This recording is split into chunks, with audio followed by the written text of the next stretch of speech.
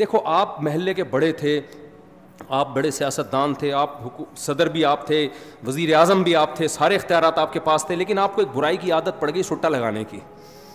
آپ چرس پیتے تھے, معذرت آپ نہیں پیتے تھے, ایک مثال دے رہا ہوں. اب کیا ہے کہ لوگ آپ کی تعریف کرتے ہیں, بندہ بہت اچھا ہے لیکن ہے چرسی, بندہ بہت اچھا ہے لیکن ہے کیا, چرسی. اب آپ کے پاس ایک آپشن ہے, یا تو چرس چھوڑ دو, یہ چھوٹ نہیں رہی آپ سے, تو پھر آپ کیا کرو گے, چرس کی پیکنگ اچھی کر دو گے آپ, اور چرس کا نام چینج کر کے اینٹی ڈپریشن ٹیبلٹ, کیا خیال ہے, اس پہ برائی کا لیبل آپ کیا کر دو گے, ہٹا دو گے, تاکہ لوگ مجھے چرسی چرسی نہ کہیں, مجھے مہذب کہیں. اور پھر آپ کا مقام اتنا بڑا ہوگا کہ تھوڑے دنوں میں جو چرس نہیں پیتا ہوگا لوگ اس کو دقیانوس, پینڈو, جاہل سمجھیں گے. چرسیوں کی معاشرے میں کیا ہوگی, عزت. پھر اگر کوئی آپ کے گھر میں رشتہ لے کر آئے گا, آپ کہتے ہیں بھائی پیتا ہے کہ نہیں پیتا, وہ کہے گا نہیں پیتا, دقیانوس, بیکورڈ, دفعو یہاں سے. خدا کی قسم یہی کیا گورے نے ہمارے ساتھ. جو لڑکیاں پردہ کرتی ہیں, اسکارف لیتی ہیں, حجاب کرتی ہیں, گھروں میں رہتی ہیں, بھائی کا احترام, باپ کا احترام, ماں کا احترام, کسی غیر مرد کی طرف نظر نہیں اٹھانا, جب نکاح کا موقع آیا ابا سے پوچھا, ابا نے کہا ہاں بھائی ٹھیک ہے, عزت کے ساتھ رخصت کر دی, شوہر کے ساتھ وفا کر رہی ہے. پھر میاں بھی بڑا اچھا ماشاءاللہ, وہ بھی نہ کسی خاتون کو نگاہ بھر کے دیکھتا ہے, نہ ٹکٹکی باندھ کے دیکھتا ہے, اسے پتہ ہے جی میرے گھر میں میری بیگم آ گئی, بہت اچھا. اور جناب خود بھی بڑا نمازی, پرہیزگار, حاجی, دفتروں میں جاتا ہے, ٹائم پہ جاتا ہے, ٹائم سے واپس آتا ہے, ایمانداری کے ساتھ جاب کر رہا ہے, لوگوں کی خدمت کر رہا ہے. تو ہونا یہ چاہیے تھا بھائی زبردست انسان ہے, لیکن اس کو لبرل لوگ, پڑھے لکھے لوگ کیا کہیں گے, ایک نمبر کا کیا ہے, دقیانوس. گرل فرینڈ بوائے فرینڈ رکھ رہے ہیں لوگ, لڑکیوں سے دوستیاں ہو رہی ہیں, یونیورسٹیوں میں کو ایجوکیشن سسٹم ہے, فیمیل ٹیچر پڑھا رہی ہے اور لڑکے پڑھ رہے ہیں. اس کو ماڈرنزم سمجھا جاتا ہے, اس کو سمجھاتے یہ اچھا معاشرہ ہے جہاں عورت کی عزت ہو رہی ہے. سمجھ میں آ رہی ہے بات. برقع پہنا دی عورت کو, او ہو یہ لوگ تو ظالم ہیں. ابے عورت کو کمبختو برقع پہنا کے مردوں کی عیاشی رکتی ہے, عورت کی نہیں رکتی. عورت جتنا بے لباس گھومے گی مزہ تو مردوں کو آئے گا, عورت کو تھوڑی آئے گا. یہ عجیب قسم کی فضول قسم کا فلسفہ ہے کہ عورت کو کپڑوں سے آزاد کرنے کو عورت کی آزادی سمجھا جا رہا ہے.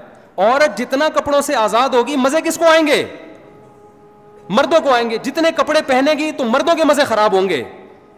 مردوں کی عیاشی پہ لیبل کس کا لگا دیا, عورت کی آزادی کا. یہ گورے نے آپ کے ساتھ یہ کام کیا ہے.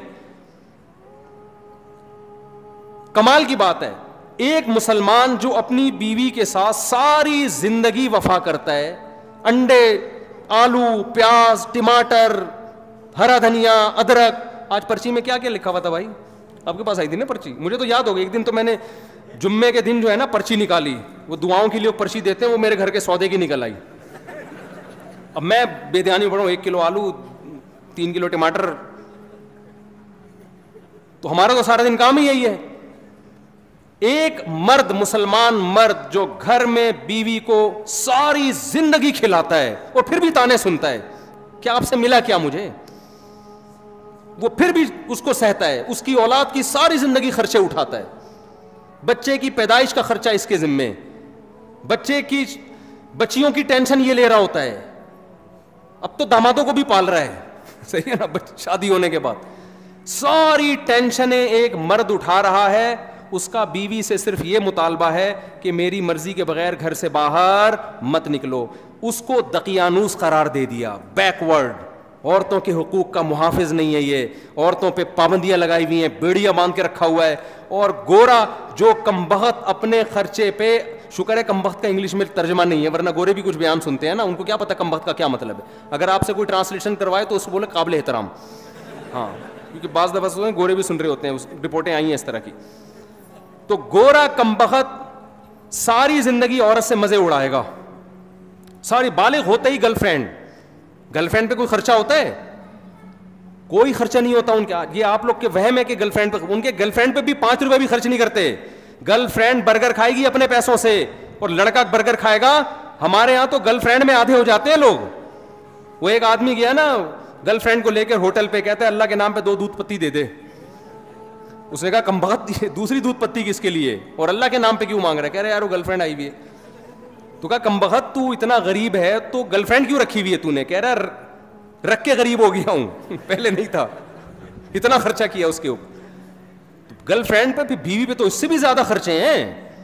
اس کے تو ماموں جب آئیں گے تو ان کے لیے سموسے لے کر آؤ, اس کے پاپا آئے ہوئے ہیں تو ان کے لیے رول لے کر آؤ, اس کے چاچا آئے ہوئے ہیں تو اس کے لیے جلیبیاں لے کر آؤ, ان کو یہ پسند ہے, ان کو وہ پسند ہے. ایک طویل سلسلہ لامتناہی, نہ ختم ہونے والا سلسلہ. ان کو کیا کہہ دیا گورے نے؟ بیکورڈ. عورتوں کے زنجیریں باندھی ہوئی ہیں, اور گورا ساری زندگی عورت سے عیاشی کرتا ہے, مزے اڑاتا ہے, 1 روپے بھی اس پہ خرچ نہیں کرتا. اور اتفاق سے 50 سال میں جب وہ شادی کر بھی لیتا ہے تو آپ جا کے پوچھیں, ایک چائے کی پیالی اپنے خرچے پہ اپنی بیوی کو نہیں پلاتا وہ. تو اس بدماشی, یہ چرس ہے نا, یہ وہی ہے کہ چرسی تھے, نام کیا رکھ دیا؟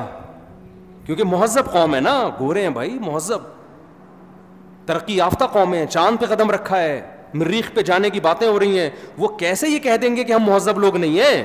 وہ کیسے مان لیں؟ تو انہوں نے کیا کیا؟ تہذیب کی ڈیفینیشن کو کیا کر دیا؟ چینج. میں سمجھا پا رہا ہوں کہ نہیں کھوپڑی میں آ رہی بات؟ انہوں نے تہذیب کی ڈیفینیشن کیا, کیونکہ یہ تانا کہ ہم ان کمبختوں کو, ہمارے جیسوں کو ہم کہیں یہ مہذب ہیں, ان کے ابا ہوتے ہیں, ان کے بیوی ہوتی ہے, ان کے ماموں ہوتے ہیں, ان کے چاچو ہوتے ہیں, ان کے سالے ہوتے ہیں, یہ مہذب ہیں. نا نا نا نا نا, مہذب تو ہم ہیں. ابے تم کہاں سے مہذب ہو گئے؟ تم تو شراب پیتے ہو, تم تو زنا کرتے ہو, تم تو عورت سے وفا نہیں کرتے, تم تو ابا کو اولڈ ہاؤس میں جمع کرا دیتے ہو. بڑھاپے میں تو جنت کمانے کا ٹائم ملا تھا تمہیں ان کی خدمت کرتے, تم اس وقت ابا کو اولڈ ہاؤس میں جمع کرا دیتے ہو. وہ کہتے ہیں اس سے کیا ہوتا ہے, اولڈ ہاؤس میں ان کی خدمت گورنمنٹ کرتی ہے, زیادہ اچھے طریقے سے پلتے ہیں وہ. اور اگر لڑکی راضی ہے تو ہم نے زنا کر لیا, تو زنا کیا ہے؟ یہ تو آپس کے ریلیشن ہے. انہوں نے تہذیب کی ڈیفینیشن کو کیا کر دیا؟ چینج. مذہب ہمیں اس ڈیفینیشن کو چینج کرنے بولو نہیں دیتا. مذہب کہتا ہے لا تقربوا الزنا. دو قسمیں ہوتی ہیں, ایک جانور میں بھی ہے, کچھ جوڑے بنا کے رہتے ہیں اور کچھ گدھے گھوڑوں کی طرح رہتے ہیں. تم نے گدھے گھوڑے نہیں بننا, تم نے نکاح کر کے رہنا ہے. تو اللہ نے کیا کہا؟ پیدائش کا مقصد ہے اچھا بننا, اور اچھے کو ڈیفائن بھی اللہ نے خود کر دیا کہ اچھا وہ ہے جس کو میں اچھا کہوں گا. اللہ نے کہا سود مت کھاؤ, مزاربہ, شرکت, اجارہ کے طریقے پر پیسہ کما سکتے ہو, سود کے طریقے پر تمہیں پیسہ کمانے کی اجازت نہیں ہے. اللہ نے کہا کہ یہ تمہارا باپ ہے, اس کے سامنے تم نے اف کیا تو تم اللہ کی نظر میں برے لوگوں میں شامل ہو جاؤ گے. بدنظری کی اجازت نہیں ہے. تو یہ دوسرا فرق ہے. تیسرا فرق کیا ہے؟ یہ یعنی غیر مسلم میں اور ہم میں 2 فرق میں نے بتا دیے. تیسرا اور آخری فرق بتا کے اپنے بیان کو ختم کرتا ہوں. دیکھو تیسرا فرق کیا ہے. اسلام نے آپ کو رہبانیت کی اجازت نہیں دی ہے.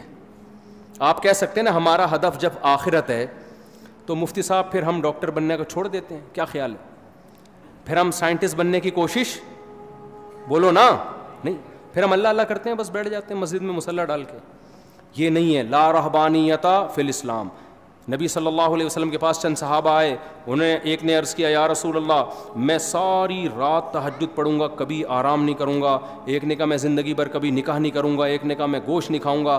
آپ نے کیا اس عمل کو رہبانیت قرار دیا اور فرمایا میں تو نکاح بھی کرتا ہوں, میں تو آرام بھی کرتا ہوں. مر رغب عن سنتی فلیس منی, جو میرے طریقے سے ہٹے گا وہ مجھ سے نہیں ہے. لیبل وہ اچھا لگا رہا ہے لیکن اس کو اللہ اچھا نہیں کہے. آپ کو کوئی کام کرنے سے نہیں روکا. آپ نے جو ہدف بنانا ہے نا, آخرت ہدف ہے. لیبلوکم ایکم احسن عملا, کہ اللہ دیکھنا چاہتے ہیں اچھا عمل کون کر رہا ہے. تو اچھے کی ڈیفینیشن میں یہ قطعاً نہیں ہے کہ آپ ایجوکیشن چھوڑ دو, آپ ترقی کرنا چھوڑ دو. نا نا نا نا نا. اچھے کی ڈیفینیشن میں قرآن نے بیان کیا ومن اراد الآخرہ, جو بھی کام کرو آپ اس میں نیت کیا کرو؟ آخرت.